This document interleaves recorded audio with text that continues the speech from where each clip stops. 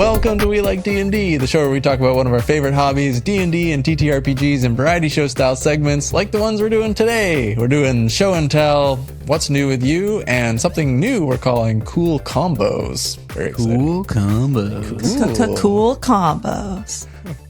I'm Kelly from the YouTube channel Power Word Spill, and I'm also joined by one of my best friends and D-Inspirations, Alec. Hello, that's me. Hey. Hey. Hey. What would you like to roll for?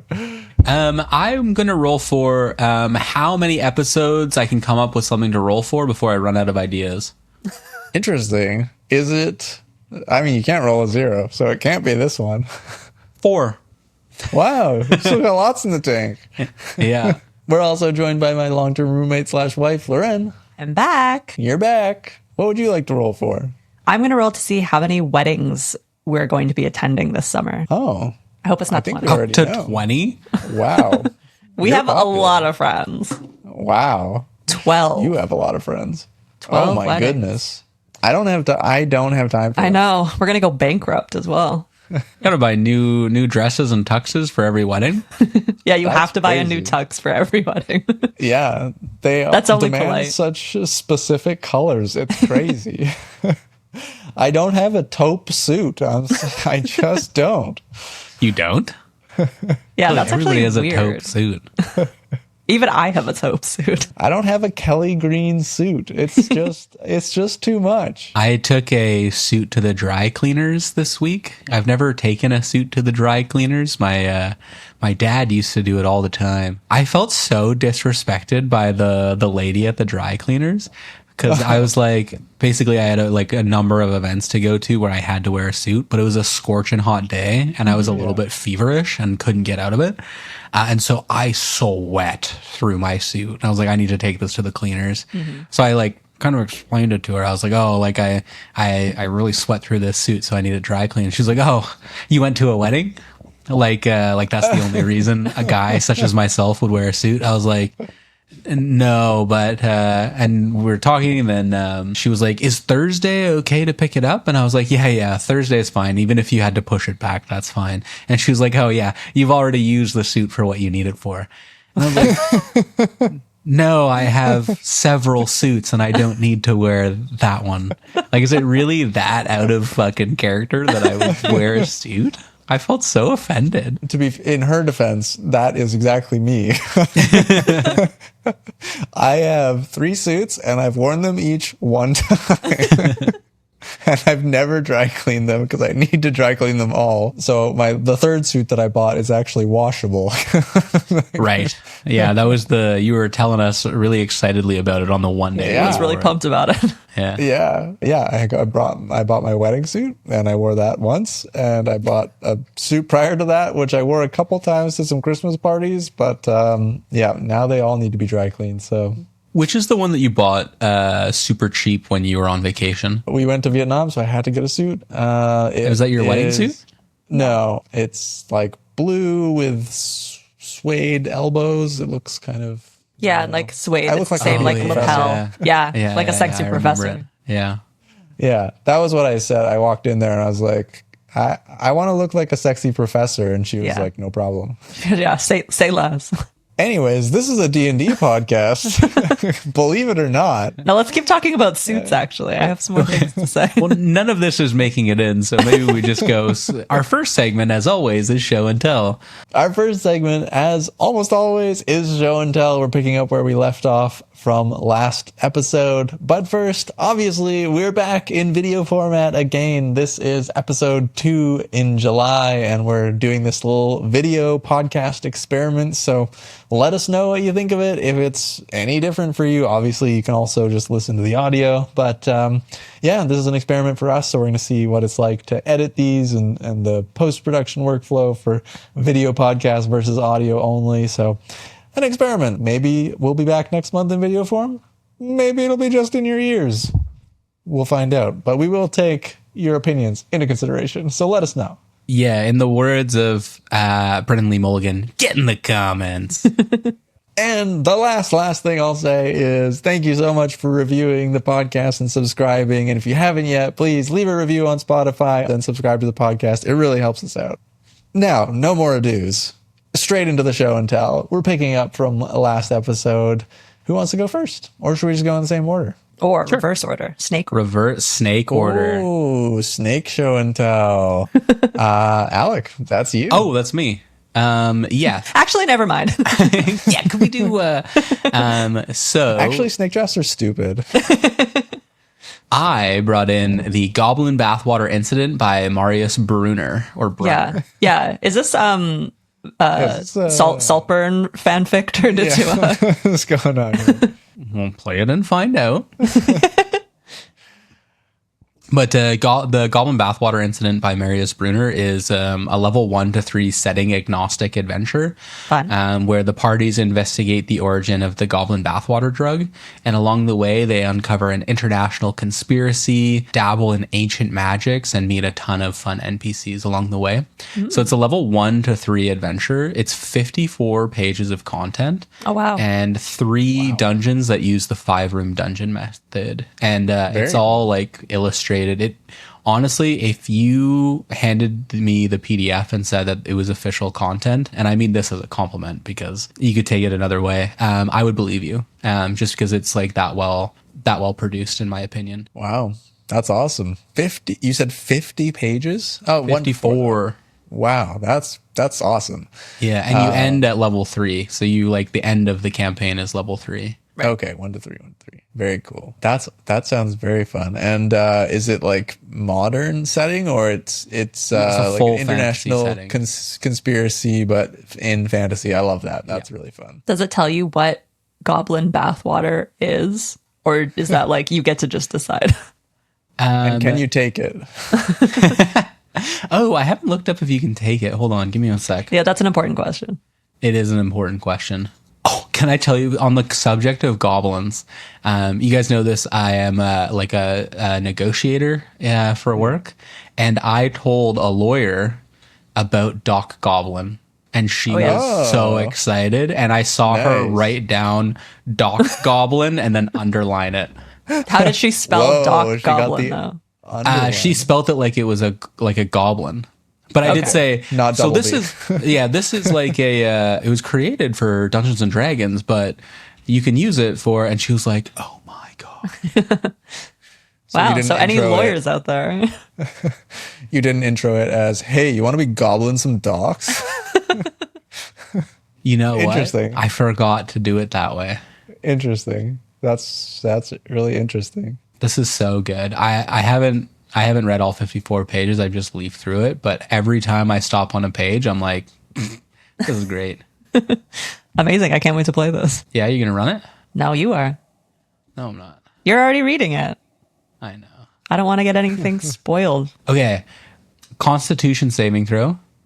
Poison for 8 hours. The poison creature is experiencing a spark of faux divinity. Depending on the creature's mood and character, this spark can manifest in many and unpredictable ways. Examples include, but are not limited to, the sudden ability to cast a 1st or 2nd level spell from the cleric or druid spell list, prophetic visions of a possible future, the ability to cling to life much beyond what a normal body should be capable of, and supernatural control over one of the elements. Wow. But it's faux divinity, but you do get one of those things. Okay. Yeah. Interesting. That's fun. That's a fun drug. Yeah. That's a fun drug. So fun. And the show part of the show and tell is that Alec has some right here. Alec is actually auctioning off his bathwater as part of this promotional spot. Yeah. Linktree.com/ slash B4. Just all you have to do is Subject line email foreigners. to get yours today. I'll take one, but I'm not paying for it. So it's like a 5-act adventure. Multiple locations, multiple magic items, lots of NPCs, and it seems like a really good time. Aside from the title, what drew you in? The title. Okay. Actually, And you're so real for that. It's funny. I originally found this a long time ago when I was deep diving into Delta Green. And when I was looking I was like, I've got a big backlog of stuff that I haven't brought into the show. So let me look at my Drive-Thru RPG or DM's Guild library. And it was like super dark Cthulhu bullshit. Right. super serious child murder, the Goblin Bathwater incident. I was like, ooh. Nice. That's awesome. That sounds very fun. I would love to play that. And an investigation type campaign, I think, is just, it's so fun and so easy to run. And it's just like, allows you so much freedom because the clues are just out there. Just go and find them. And I really like that. That's fun. So you can find it on Drive-Thru RPG or DM's Guild, Goblin Bathwater Incident. It's about $8 USD or about 11 Canadian rupees. That's not bad. $8 for 54 pages. That's awesome. All right, Kelly, what have you got for us? All right. I brought in something that I've mentioned multiple times on the show already, which is the Sidekicks UA from Wizards of the Coast. Yes. But I've never actually brought it in a show and tell, so I thought I would talk about it a little bit more. Yeah, so it's obviously free as UA is. You can download it. I don't actually know if this ever made it into official content because I was looking for it and I couldn't find anything. So it might only have existed in UA, but I think it's great UA, and I think you should use it. What it is it's a way to add either DM PCs or party PCs that are like simplified characters. They have simplified classes and simplified abilities. They're much easier to manage and much easier to level. And when we ran our first campaign, our 1 to 20 campaign, there was a DM PC and I ran him as a sidekick, and it was very easy to keep leveling him, and there wasn't a lot of work to manage all of his stuff. Well, clearly it was because you killed him. That was for different reasons. That was for not convenience. Those were for different reasons. Okay. I remember that the UA for Sidekicks came out after that NPC had already been traveling with our party, and I remember that it really changed the game in terms of their ability to like do stuff with us and stuff like that, because it became like really manageable for you. Yeah. Yeah, and before it was just I think he was just a mage maybe, or like he was a monster stat block, but then he was traveling with you, and so then it kind of felt weird that he wasn't getting any more powerful, and you guys were investing time into like training him and trying to teach him stuff. So yeah, so there's a few different classes. There's the warrior class, which is like fighter light. There is the expert class, which is this sidekick follows a path that favors cunning over brawn or spellcasting. It might be a scout, a musician, a librarian, a clever street kid, wily merchant, or burglar. So they're a little bit abstracted. Mm-hmm. And then there's the spellcaster sidekick. So 3 classes, and they all have different abilities and different paths you can take them, but you can flavor them in a lot of different ways, so they're very flexible. Yeah, and they level all the way up to 20th level. So if you want to have a DM PC, or if you just want to even flesh out like an NPC that might just come and join the party in combat for some time, but you don't necessarily want to find or can't find a monster that fits the aesthetic that you're going for, you could just build them as a sidekick, and they're really quick and easy to build. It's free, so you should just go and download it because it's awesome. Yeah, very fun. Awesome. I'm trying to find, it looks like it might have been added in an update somewhere, but I couldn't find where. But you don't need to find it in an update. You can find it as an Unearthed Arcana by searching Unearthed Arcana Sidekicks on Google. Yeah, and it's already good. Like, I don't know what they would have changed. I don't feel like they wouldn't make any really big changes because stuff. I didn't have any problems at all with it. The other thing I was going to say as well is if you have a person in your group who's like maybe getting a little bit bored with their character or like, and doesn't necessarily want to reclass, you could give them an ally and they can manage this second character. It'll give them totally more to do in combat. It'll give them some fresh options to choose from. So you could fully hand over the choices of this DM or, NPC over to your party or to a particular player. It's a really good idea. So yeah, that's not too much to it, but it's free, really solid. You should use it. It's easy. Do it. Okay. Loren, what have you brought in? Some sort of penguin caper. Yes. Yeah. Okay. Tell me about your penguin adventure. Yeah. Penguins doing crimes. Okay. So this is The Fish Heist by Goose and Grimoire. It is a free one-pager that is still available on itch. They also made an expanded version on itch that only costs $5 if you want to support them. But I'll get into the expanded version of it later. My show and tell is the free one-pager, The Fish Heist. So the system is based on I wasn't familiar with this, the 2400 lo-fi sci-fi system. It's like a D6 system. Never heard of it. It's like, very like low lift. I'll get into the dice system, but this is inspired by several things: the beauty of New Zealand, Wallace and Gromit, and penguins of Madagascar. Incredible! Oh my god, I love all of these things. So, we'll mash them all together. Ooh, did I make this? Are you Goose and Grimoire? You wish, jellyfish. Yeah. Okay, I'll just read the summary. Set in Wellington, the seaport capital of New Zealand, a gang of penguins has caught wind of rumored treasure troves of fish hidden away at markets, fishing boats, and sushi restaurants. Tired of fishing for themselves, these penguins have decided to stage a heist before the humans catch on. So, basically, it's very similar to the raccoon heist that I had brought in last year. You're a gang of penguins looking to hit a jackpot and steal the biggest pile of fish that any penguin in all of New Zealand has ever seen. Wow, so you literally are playing as the penguins from Wallace and Gromit. Yeah. What you need for this, it's literally just like a one-pager that you can download from itch for free. You need a printout of that heist is what they suggest. I'm sure you could also just have a digital copy. You need a D4, a D6, a D8, and a D10, pen and paper, 2 to 5 players, with one person being the fisherman or the GM. And they said this can probably be accomplished in a few hours, I guess, depending on how silly you get. Okay, so gameplay. The game is split into 2 phases: planning phase, acting phase.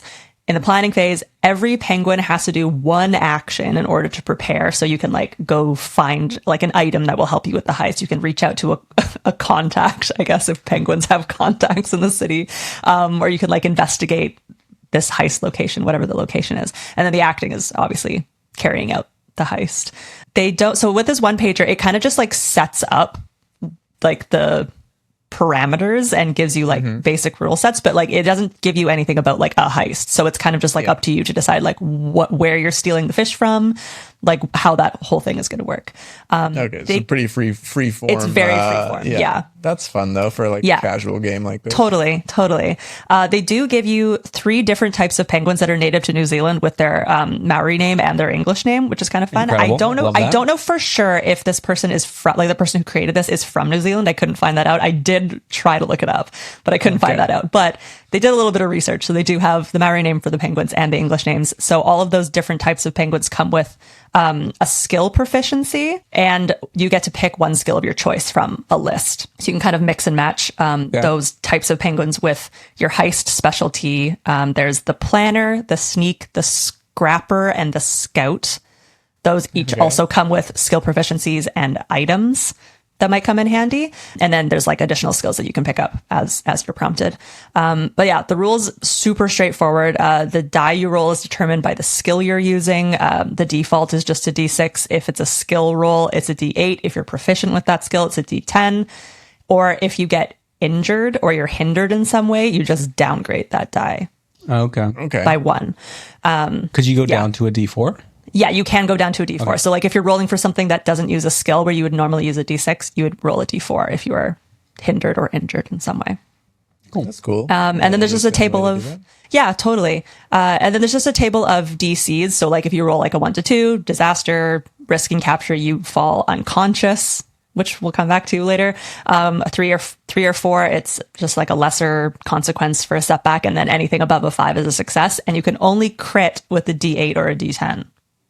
Nothing lower than that, which is kind of interesting. If you fall unconscious, I think your penguin gets captured and sent to a zoo is the story that they give. But they say you can just create a new character and jump back in immediately and focus more on inclusion than making it make sense. So that's nice. But that's it. That's the game. It's the one page of just setting up a heist for penguins. And you can just get going right away, which I think is really cool. And the expanded version comes with an example heist, which I think is robbing a restaurant. Okay. So if you can't come up with any ideas, you can just Seafood spend buffet. $5 and and just rob this restaurant. It comes with character sheets. It comes with different kinds of fish species that I would also assume are native to New Zealand, but can't confirm. It comes with some special items and a random generator table, or a bunch of random generated tables for like complications, locations, NPCs, that sort of thing. So 2 different options for you. One that's a little more freeform and one that has some suggestions to make your heist a little more wacky if you want. That's very fun. And you said one of them is free, right? Yeah, the one pager is totally free on itch. Yeah, Awesome. that's very fun.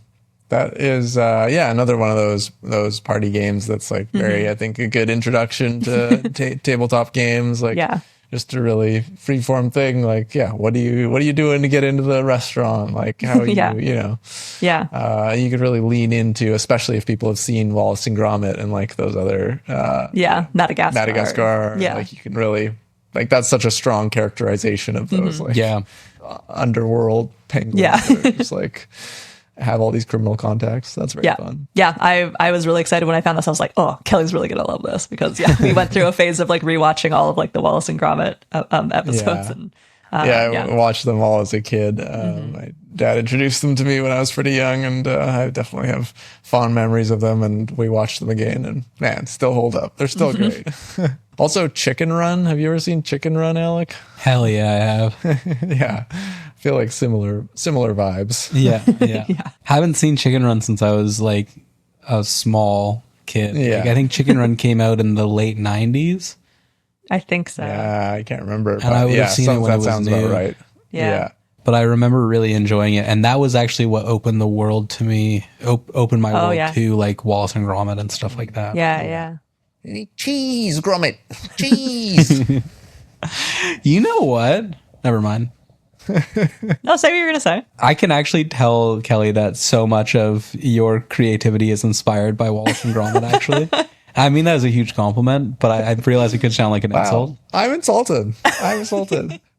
I can have That's your multiple choice. suits, Alec. That's your choice. Very good. Excellent show and tell. Thank you. Very good show and tell. That's something that we could play on just like a hangout night. Totally, yeah. Absolutely. Yeah. A lull in conversation, and then somebody just like casually brings up penguins and like, oh, by the way. Yeah. Oh, this is like crazy coincidence. We'll stage it so one of us will bring up penguins. Yeah. Okay. Yeah. That segment was brought to you by Penguins Doing a Heist. Penguins Doing a Heist. There's something fishy going on here. Okay. I see what you did there. Nice. I mean, you can't be topped. Can't be topped. Can't be topped, which is what I always say. I've never said that in my life. Me neither. It's a real problem. And on that note, our next segment is What's New With You? What's new with you? Well, not that. We've talked about that before. It's a What's New With You, to be fair, is a segment where we just bring up something. It's kind of like show and tell. You can bring in like a piece of media that you're into, or it could be some other thing that you're into. Basically, what's going on in your life? Yeah. Kelly, what's going on in your life? Well, gonna bring down the mood a little bit. Uh-oh. But it's worth it. I read a book that I found very profound not too long ago called Man's Search for Meaning by Viktor Frankl. And it is extremely heavy. I'm sorry, this is not a fun one, but I found it very profoundly meaningful for me. Viktor Frankl was a concentration camp survivor in the Holocaust, and he's also a psychologist and psychotherapist. And so the book is split into 2 parts. The first is his recounting of his experience through the concentration camps, which is a very difficult read, but was also inspiring in some ways to see like the resilience of humanity despite these like absolutely abhorrent conditions and stuff like that. And the second half of the book is basically his psychological analysis of himself about how he mentally survived through the concentration camps and his kind of like psychological framework that he developed and came up with because of it. And it's all to do with the meaning of life. And yeah, I've just been like thinking about that, lately, about just like what is the meaning of life? What am I doing here? What are we all doing here? Not in like a depressing way, but just like, should I be doing more?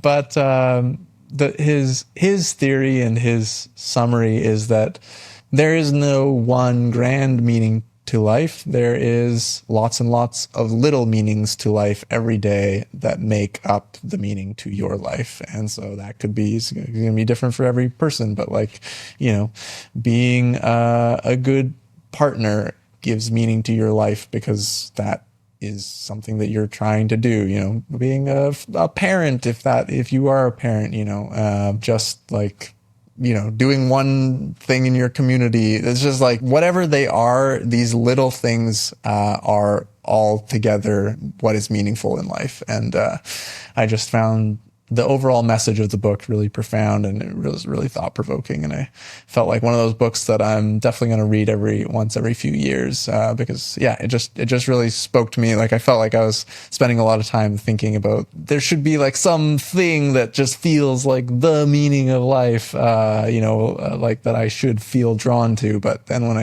you kind of like adjust your framework and start like realizing all of the meaning that your life has in all of these different ways is like, was just a very profound experience for me.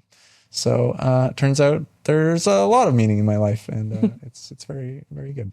So, anyways, 69, enlarge, reduce. No, run it back a little bit. No, I think that's really nice because I feel like when people talk about searching for whatever the meaning of their life is, it's like very overwhelming. And maybe like a lot of pressure because you feel like there has to be like one thing, like what is your one purpose in life that like you were brought here to do, essentially. So I feel like it takes the pressure off and it makes it feel like less overwhelming to be like, well, there's like actually a lot of little things, which I personally find comforting. Yeah.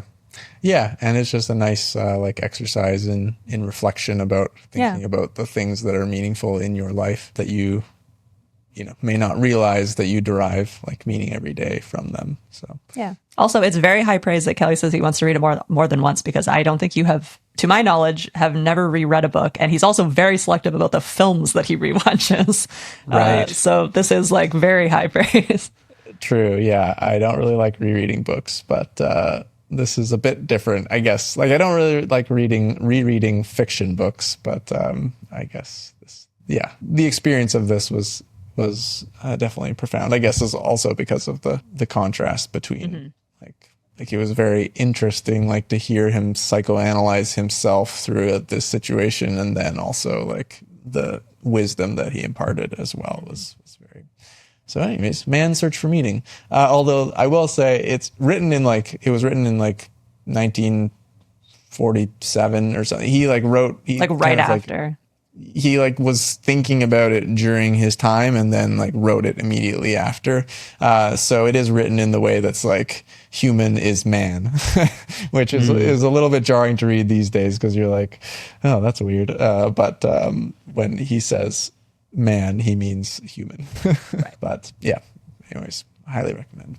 It's very rare to have those experiences throughout your life where like you read something, you watch something, you talk with someone, and it just like hits you right in your core. And it sounds like you had that experience, and like I mean that unto itself is one of the meanings of life, right?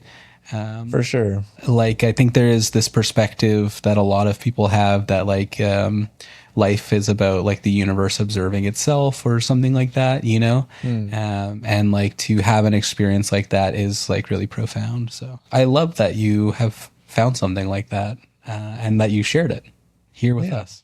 I would not hesitate to recommend that to anyone who's having thoughts about the meaning of life. I brought in a book of 1,000 dick jokes. Oh, perfect. Okay, great. Read all of them. Read number 69. All in due time. All in due time. I actually also was going to bring in a nonfiction book. I was going to try to do my part to help people better themselves, but it's also a little heavy, so I'm going to pivot. Okay. And I'm going to do a Kelly, if that's all right. I've got 2 things. Classic. I mean 3, because you brought in the idea of 1,000 dick jokes. I mean, if you write that book, it will sell. Guaranteed People would that put exists. that in their 100% bathroom. that for already sure. exists. And it'll be like it'll be a pocket book. It'll be 6 inches. Yeah, nice. But it'll actually be 5 inches. Yeah, I was gonna say it'll say. I will 6 lie inches. to you. It'll say 6 inches. It'll be 4.5. It has a ruler on the spine that says it's 6 inches. It's actually only 5 inches long. 2 things. I brought in lit RPGs before, and I suggested to you guys Yeah. Dungeon Crawler Carl. Yeah. And I was Yeah. like, a lot of people really enjoy it. It was good, but it wasn't my favorite. I re-listened to the first one. By the way, highly recommend Dungeon Crawler Carl in audiobook format, which I think I did say to you guys. You did. I ended up re-listening to the first one, enjoyed it a little bit more, and then continued on. And Dungeon Crawler Carl is now my favorite lit RPG series. Ooh, okay. Oh, And- wow. Get in now. It's not the ground floor because I've literally seen it in my local bookstore in physical form now. I can't believe lit RPG is on bookstore shelves now.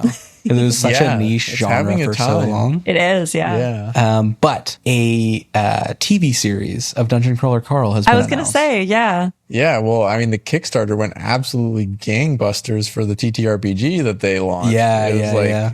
did crazy numbers. So yeah, now everyone's like, "Whoa, what's this Dungeon Crawler Carl lit RPG?" So let me pitch to you guys on your next road trip. Pop in Dungeon Crawler Carl. And the first know what? book is very good, but it just gets better. It's not like get through the first book. The 1st book is very good, but it just gets better.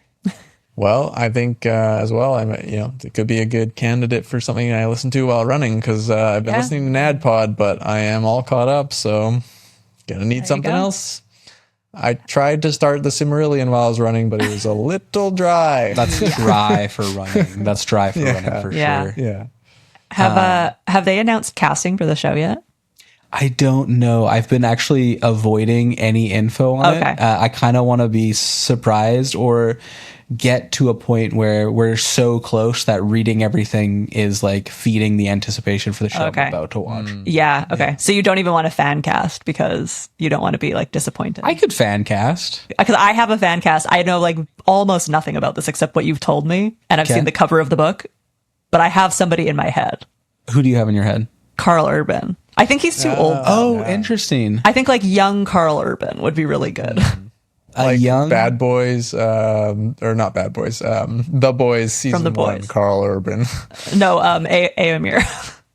Aomir that is a young. good No, not with that flow. not with that flow, but he's like in his mid-20s for Yeah. Aomir, isn't he?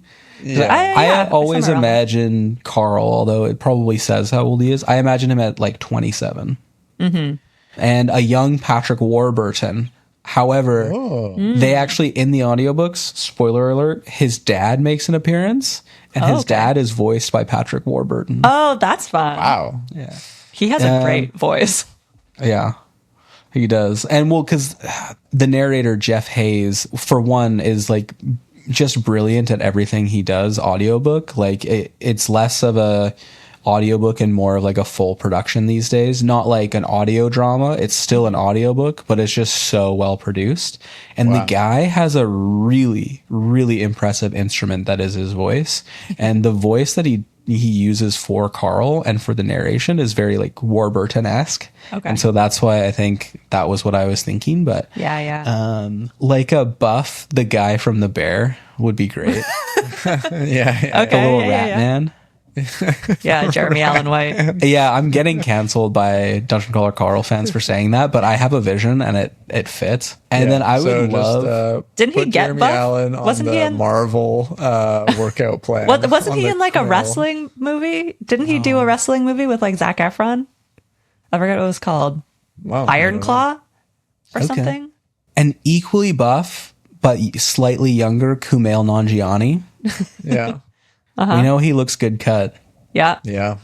If you've seen the latest series of Taskmaster, you know they bring that up a lot. Oh, I actually haven't watched it yet. Oh, but I did see that spoilers, he was he's on on it. Yeah. Yeah. You know what? I would actually use Jeff Hayes to voice the cat because his voicing of the cat is incredible. Fun. Yeah.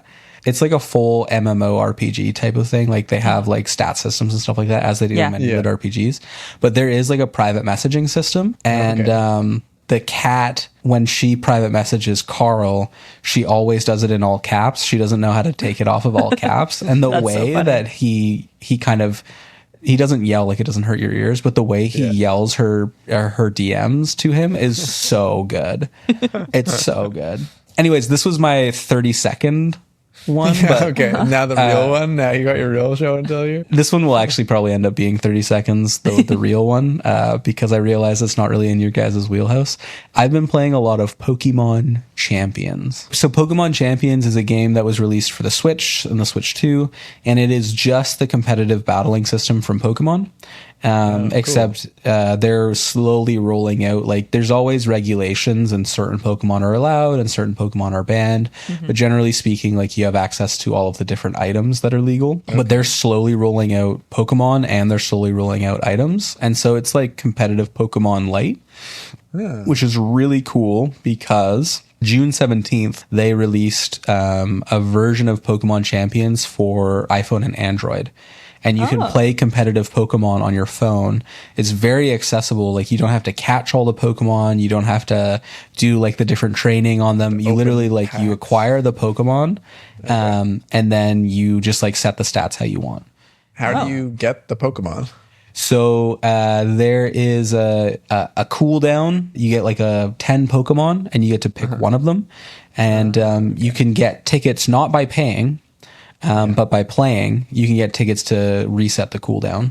Oh, cool. And so there's no real pay to win mechanics because like you can buy like the battle pass each month, which gives you access to a couple of Pokemon that you can get anyways. And like extra of the in-game currency. But honestly, like you get if you play like I do, you get the currency so much that like you really don't get a huge benefit.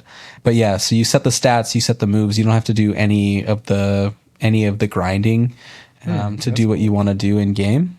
And then it's very, very newbie friendly for people who are interested in competitive Pokemon but have never played it, which was me. I've watched tons of competitive Pokemon. People like Wolf Click, who I've mentioned on the podcast before. World champ difference, baby. World champ difference, baby. Yeah, that's Wolf Click. Aaron Cybertron Zhang. Like lots of people have like watched the tournaments and stuff like that. But I've always assumed that Pokemon was too difficult for me. Like I was too big of a dummy. However, Magic. I feel like Magic is way more complicated. I'm not good at it. But like I played it and like I got to Master Ball tier using a team that I created. And then this season I've been realizing that I could probably learn a lot more and play a lot better if I let someone else do the team building for now. So I've taken a team that somebody else has created and I got to Master Ball in like a day. Whoa. And so like I've just been loving this so much. Very I used to be like I used to love to play games that you could play competitively. Yeah. But I didn't. The primary reason I stopped playing competitive online games isn't that I started becoming a worse gamer, which is valid. I have become a much worse gamer, but also I hate the toxicity in online games. Yeah. And you cannot communicate with each other in Pokemon. Oh, Champions. nice. That's great. Yeah. I'm just sick of logging into lobbies and getting shit on by 10-year-olds being like, you fucking piece of shit. Yeah. I remember after playing like lots of different competitive online games for a while, I went back to Team Fortress 2. Yeah. And there was like a 15-year-old in my game, and I was just so used to people being a dickhead that at one point he did something wrong. He like got in my way and then apologized for it. And I was like, hey, yeah, I heard at 16 or 17 you get spatial awareness. And he was like, I'm sorry. I was like, oh my God, I don't know why I said that. Like, I'm so sorry. You're like a fine young man, and I hope you. It's just the environment. I didn't. Yeah. I've been corrupted. Yeah. But yeah, really enjoying Pokemon Champions. Cool. I have that's a very question and one comment. First question. Did you buy a Switch 1 or Switch 2? Switch 2. Nice. How are you liking it? Loving it. Cool. I didn't know this, and this is not an advertisement for the Switch 2. It's just a pleasant surprise for me. So my ex had a Switch, and I had bought her games on it, but I bought them on my Nintendo account. And if you have a Switch 2 and log into your Nintendo account, you can get digital cartridges of the games that you bought online on Switch 1. Oh, so all the games I bought, great. Tears of the Kingdom, I got it. Yeah. Didn't have cool. to buy it again. Yeah. That's awesome. That's awesome. And then my comment was just, it's interesting, and I'm sure this would have been a nightmare, but it's interesting that like on the like mobile version of that game that they didn't integrate it with Pokemon Go. It's semi-integrated with Pokemon Go. So you can also transfer Pokemon from Pokemon Home, which is like a central Pokemon app that you can use to transfer Pokemon between games, That's including fun. Okay. Pokemon Go. Okay, that's cool. And so And what Pokemon about Go, Pokemon TGC or whatever the card app? no. Okay, that's its own thing. Yeah. TCG is an entirely different game, an entirely different thing. But yeah, you could always, as long as there was a predecessor to Pokemon Home, since that predecessor has been out, you've always been able to transfer Pokemon between games. And Pokemon Go got Pokemon Home compatibility pretty quick. Cool. Yeah. Sweet. What are you bringing in, Loren? Okay, I brought in my latest binge watch obsession, which is The Pit. Is that Yeah. the ER successor? Yes. Does it have Noah Wiley in it? It does. Yeah, and he aged like a fine wine, let me tell you. I can only Great looking imagine. doctor. Yeah. How long have you been watching it? How many episodes is there? Okay, so the first season, I think it was 15 episodes. The second season, also 15 episodes. I think they're filming a third season right now. And I just like rumors that I read is that they're breaking the format a little bit. So I don't know if that one will also be 15 episodes. But regardless, it held the same format for the first two seasons, which is the whole season takes place over the course of one hospital shift. So every episode is like an hour of that shift, which is 24. very interesting. Yeah.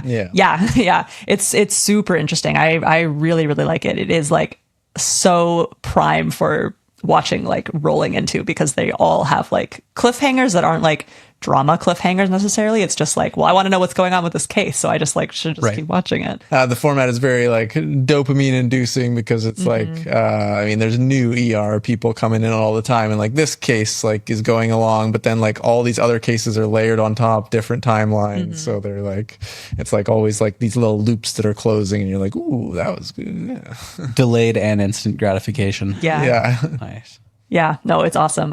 Kelly and I watched the first season together. We watched like 3 episodes in a row, and then it was like the first season was very heavy. There was like a lot of like very traumatic things happening, so we had to go to one episode at a time, like one episode per night for a while. And then Kelly was like, I think I'm done at the end of the season. Like, it didn't end in a way that was like, I think they ended it as if they weren't going to get renewed. So it was like a fine ending for the show. And then the second season picks up like months later, like a year later or something.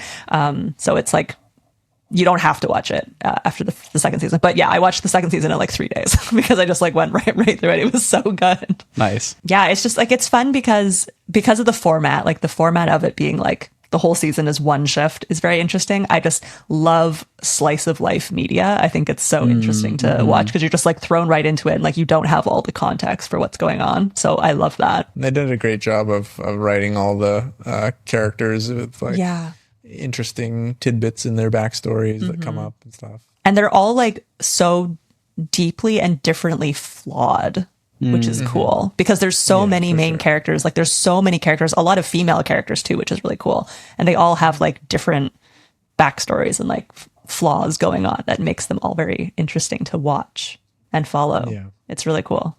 Yeah. I'm going to check it out. Yeah. It's a very good show, very heavy. After a while, it was just, I couldn't do it. It's just like... After you watched the first season, you were like, what's the meaning of life? Then I went on a big introspective journey. Yeah, it was just like, if we only watch like an hour of TV a night, and then it's just that, it's like, oh, this is... This was a lot. It's very good, and I do want to watch the second season, but I just don't think I should. Well, it's a lot less heavy. The first season is a lot heavier. I feel like they got a note being like, "Ooh, less of this." Well, if you want to watch it, I'll watch it with you. I'll watch it again. Okay. And if anybody watches it, email the podcast. Email the show. Subject line, be foreigners. Yeah. That segment was brought to you by The Pit. The Pit. That's what they called Kelly's butthole in college.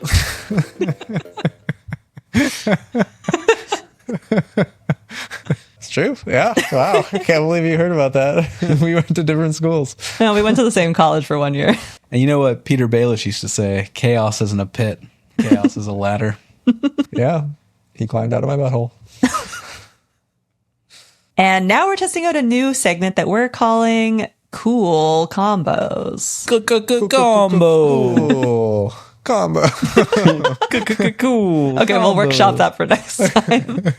This is a very similar. This is a very similar. We're all doing just show and tells, essentially. This episode, we're going to present something to the class, but we're sharing things in D&D that work in combination with each other for like fun, creative, maybe effective results. Maybe not. Could be class race combo, bonus action combo. Anything you find interesting.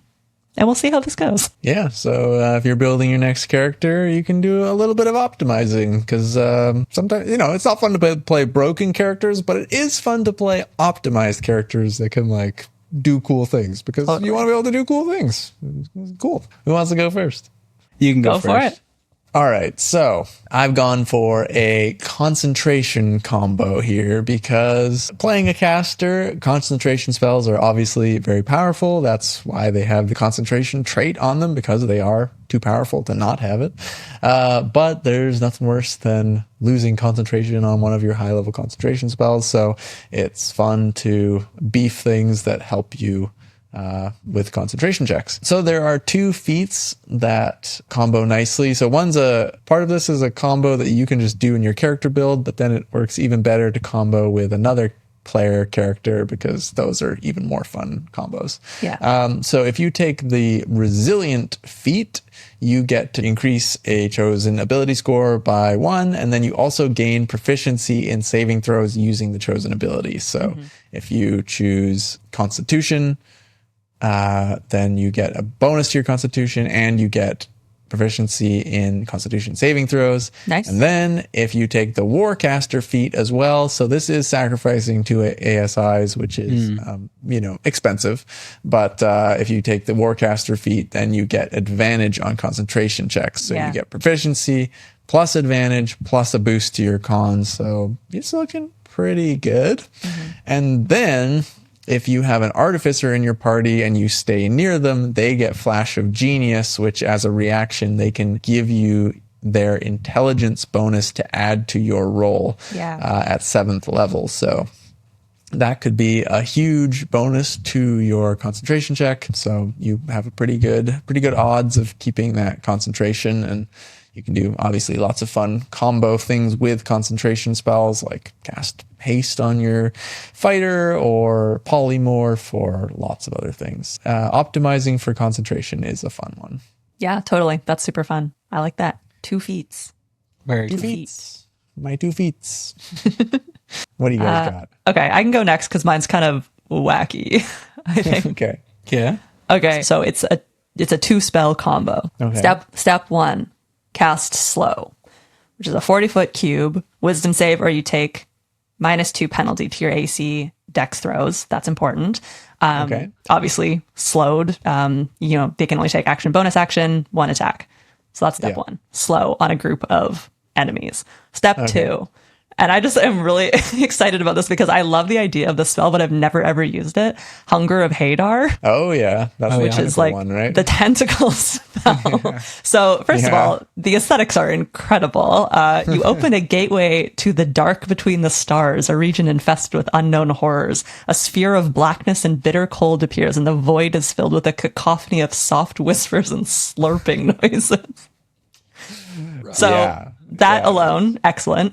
So that's a 20-foot sphere where no light can illuminate the area. So anybody fully in that area is blind. It's difficult terrain. And if you start your turn in that area, you take 2d6 of cold damage. At the end of your turn, if you fail a dex save, which they have disadvantage on if they're slowed, they take an additional 2d6 of acid damage. And specifically, that damage is because you are being rubbed by milky otherworldly tentacles.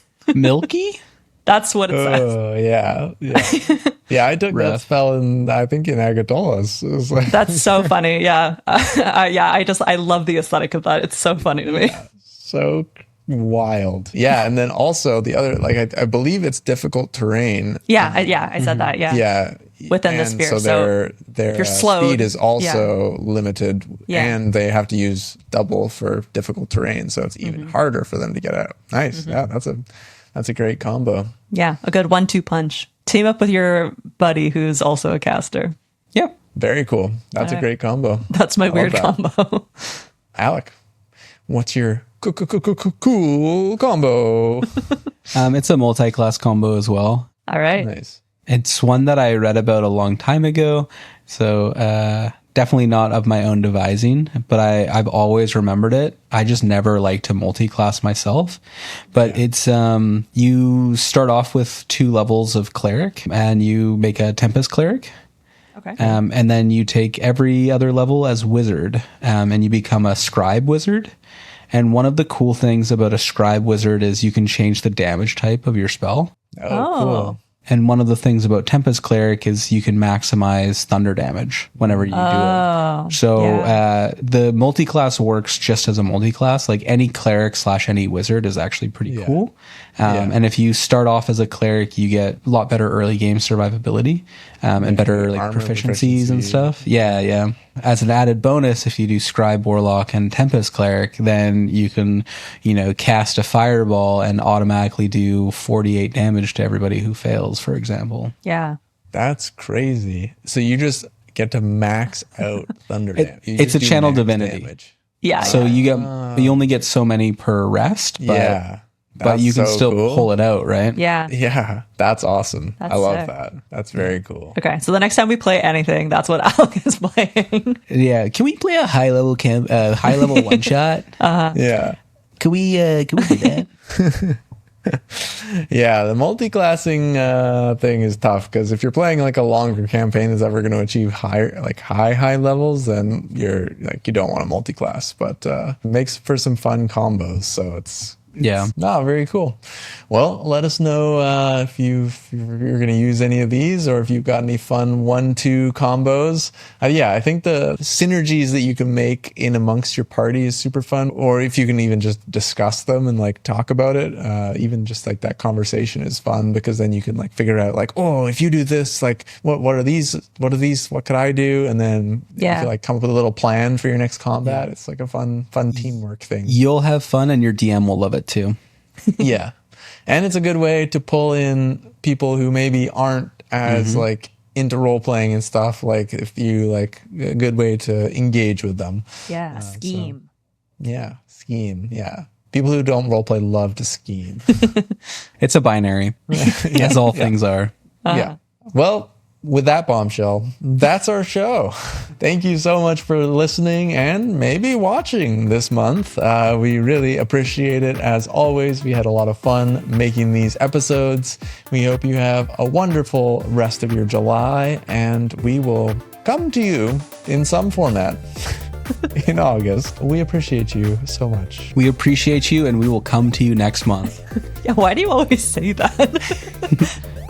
I don't know a better turn of phrase. It's nothing. Yeah, there's no better turn of phrase. He means it in a nefarious way. If you're watching, audio listeners, Kelly's naked right now. We'll be coming in your ears or possibly your eyes next month. God. Cut. Bye. We appreciate you.